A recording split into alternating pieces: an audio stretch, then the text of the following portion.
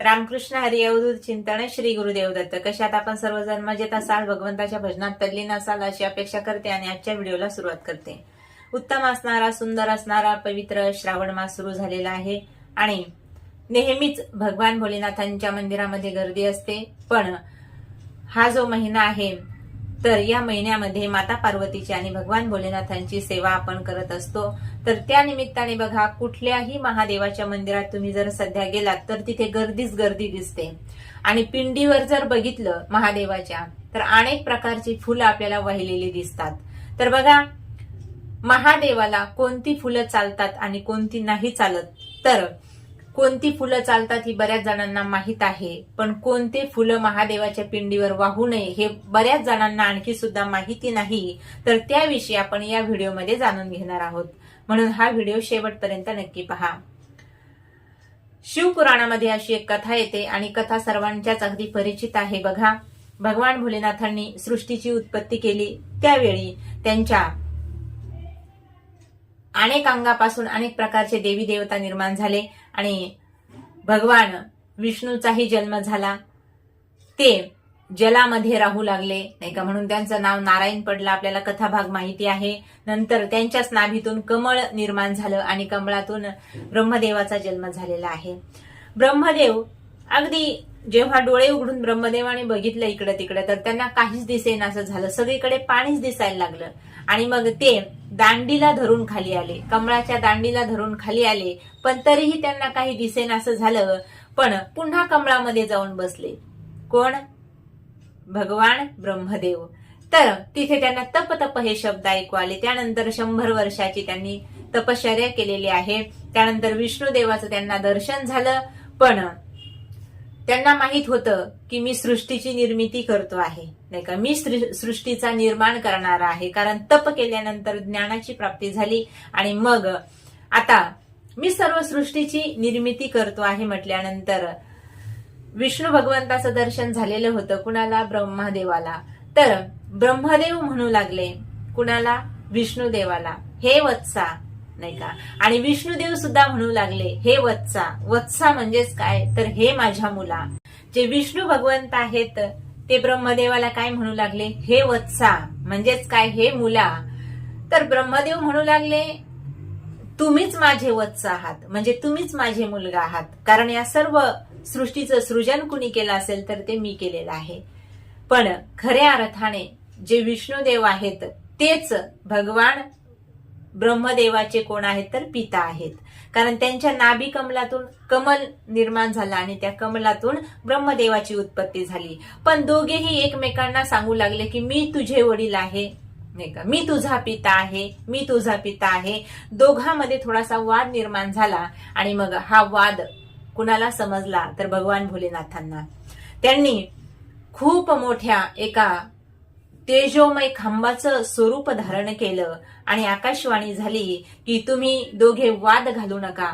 दोघांपैकी कोण श्रेष्ठ आहे हे जर बघायचं असेल तर हा जो तेजोमय खांब एका स्तंभ इथे प्रगट झालेला आहे, तर एका जणाने या स्तंभाचं टोक शोधा आणि एका जणाने याचा शेवट शोधा. तर अग्निमय तो स्तंभ प्रगट झालेला होता आणि भगवान भोलेनाथ महाराजच तिथे साक्षात त्या स्तंभाच्या रूपाने प्रगट झालेले होते. पण यांचा गर्व हरण करण्यासाठी त्यांनी हा स्तंभाचा अवतार धारण केलेला आहे. तर दोघेही निघाले कशासाठी? ब्रह्मदेव निघाले कुठे? सुरुवात शोधण्यासाठी. त्या स्तंभाची सुरुवात कुठून झाली? आणि विष्णुदेव निघाले पाताळामध्ये, म्हणजे खालच्या दिशेने स्तंभाच्या, त्याचा शेवट शोधण्यासाठी. बरेच 1000 वर्ष झाले. दोघेही खूप थकले. पण ब्रह्मदेवाला काही सुरुवातही सापडली नाही स्तंभाची आणि आमच्या विष्णुदेवाला शेवटही सापडला नाही. विष्णुदेव थकले आणि बाहेर आले. ब्रह्मदेवही थकले. पण येता येता त्यांना एक केतकीचं फुल दिसलं रस्त्यामध्ये आणि केतकी त्या फुलाला म्हणू लागले कुठे निघालास? त्यांनी सांगितलं काही नाही, इकडेच फिरायला आलोय नाही का. आता केतकीचं फुल बोलत असतं का? पण आता एक कथा अशी आलेली आहे, आख्यायिका आहे. तर बघा, त्यांनी सांगितलं हे बघ, तू माझा एक साक्षीदार होशील का? ते केतकीचं फुल म्हणू लागलं हो, पण कशामध्ये साक्षीदार व्हायचंय? ब्रह्मदेवाने सांगितलंय विष्णुदेवाला आणि मला या स्तंभाचं सुरुवात आणि शेवटचं टोक शोधण्याचं कार्य आम्हाला भेटलेलं आहे. मला काही याचा जी सुरुवात आहे या स्तंभाची सापडलेली नाही, पण तरीही तू साक्ष दे आणि जेव्हा भगवान भोलेनाथ आम्हाला भेटतील तेव्हा आम्हाला सांगायचं आहे की याची सुरुवात मी शोधली आहे. तर मला याची सुरुवात सापडलीच नाही या स्तंभाची, तरी सुद्धा तू साक्ष दे आणि सांग की भगवान ब्रह्मदेवाला सुरुवातीचं जे टोक आहे या स्तंभाचं सापडलेलं आहे. त्या केतकीच्या फुलाने सांगितलं हो, काहीच हरकत नाही. मग स्तंभाच्या बाहेर आले. आमचे विष्णुदेव खूप थकलेले होते, कारण साजिर गोजिर रूप आहे नारायण भगवंताचं. खूप थकले, लालबुंद झालेले आहेत, घाम आलेला आहे दरदरून आणि एका जागेवर खिन्न अवस्थेत बसले की आता आपण हरलोय, नाही का. ब्रह्मदेवच श्रेष्ठ आहे तर जाऊ द्या, काही हरकत नाही. आणि मग तेव्हा ब्रह्मदेव आले केतकीच्या फुलासोबत बाहेर आणि तिथे भगवान शिव साक्षात प्रगट झाले. जो तेजोमय स्तंभ होता तो नाहीसा झाला आणि पंचमुख महादेव तिथे प्रगट झाले. आणि त्यावेळी भगवान महादेव म्हणू लागले, भगवान भोलेनाथ दोघांनाही विचारू लागले की तुम्हाला या स्तंभाचं शेवट आणि सुरुवात सापडली का?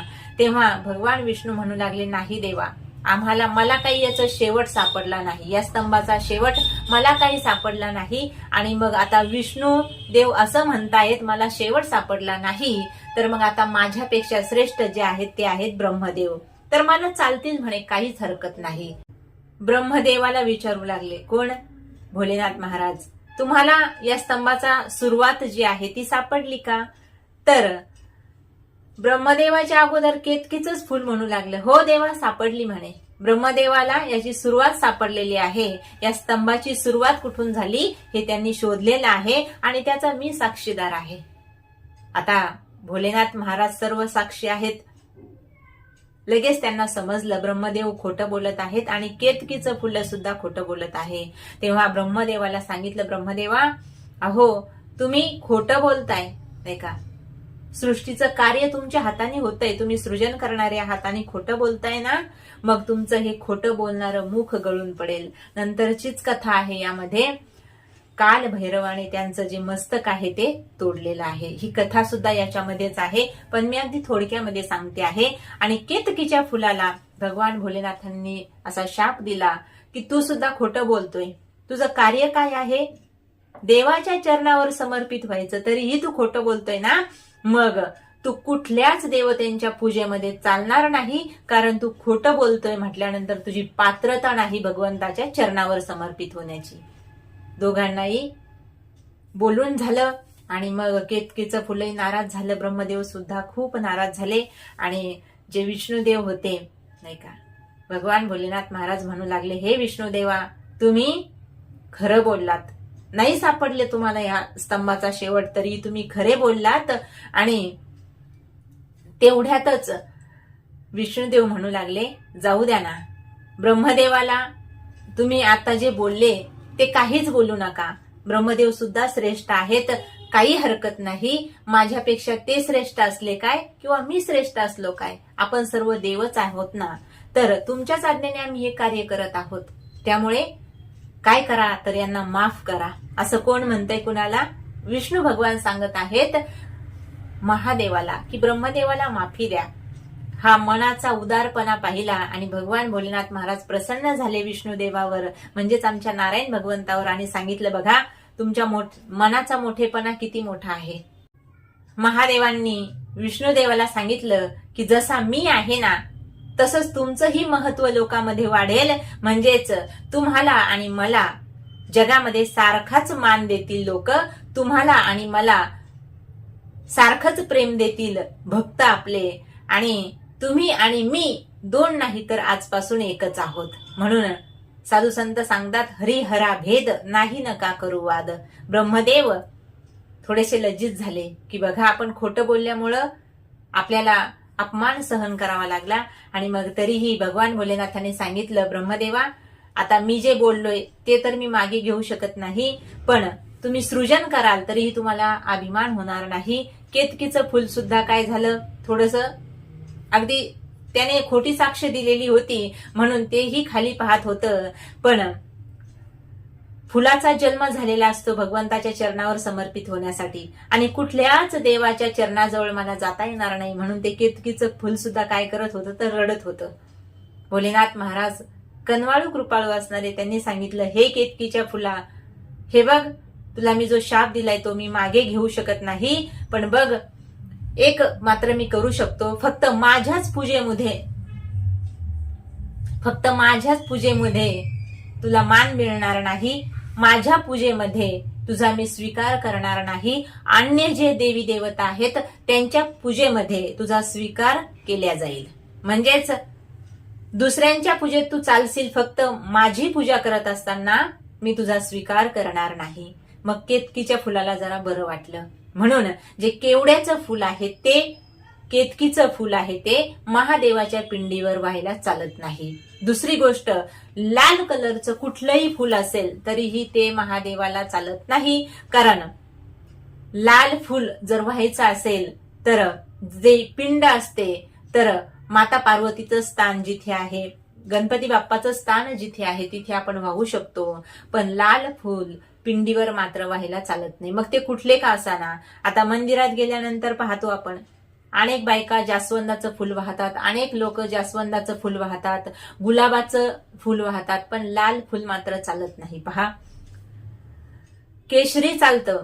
जे झेंडूचे फुलं आहेत ते केशरी असतात, नाही का, पिवळे असतात, काही पांढरे असतात, ते चालतात. पण लाल कलरचं फुल मात्र महादेवाच्या पिंडीवर चालत नाही. मग बाकीचे सगळे जे फुलं आहेत ते महादेवाला व्हायला चालतात. आणि सर्वात प्रिय फुल आहे महादेवाचं गोकर्णाचं. मग ते निळं असेल किंवा पांढरं असेल. रुईचं फुल सुद्धा चालतं. तसेच धोत्र्याचं फुल सुद्धा महादेवाला अतिशय प्रिय आहे. आणि या श्रावण महिन्यामध्ये या फुलांनीच जर भगवान भोलेनाथांची पूजा केली तर खूप मोठं पुण्य आपल्या पदरात पडत असतं. जर 108 फुलं धोत्र्याचे महादेवाच्या पिंडीवर आपण या श्रावण सोमवारच्या दिवशी जर वाहिले तर तुमची जी कोणती मनोकामना असेल ती मनोकामना भगवान भोलेनाथ महाराज पूर्ण करतील. असा सुंदर उपाय आहे, नक्कीच करा. आणि जे लाल कलरचं फुल आहे कमीत कमी या महिन्यात तरी भगवान भोलेनाथांच्या पिंडीवर आपण वाहू नये. कारण ही जी कथा आहे ती केतकीच्या फुलाची आहे. लाल फुल गणपती बाप्पाला चालतं, देवी मातेला चालतं, पण भगवान शिवाला चालत नाही. म्हणून नियम धारण करून जर आपण भगवान भोलेनाथांची या महिन्यामध्ये उपासना केली तर नक्कीच भगवंताचं प्रेम आपल्याला मिळेल आणि भगवंताचा आशीर्वादही आपल्याला मिळेल. रामकृष्ण हरी.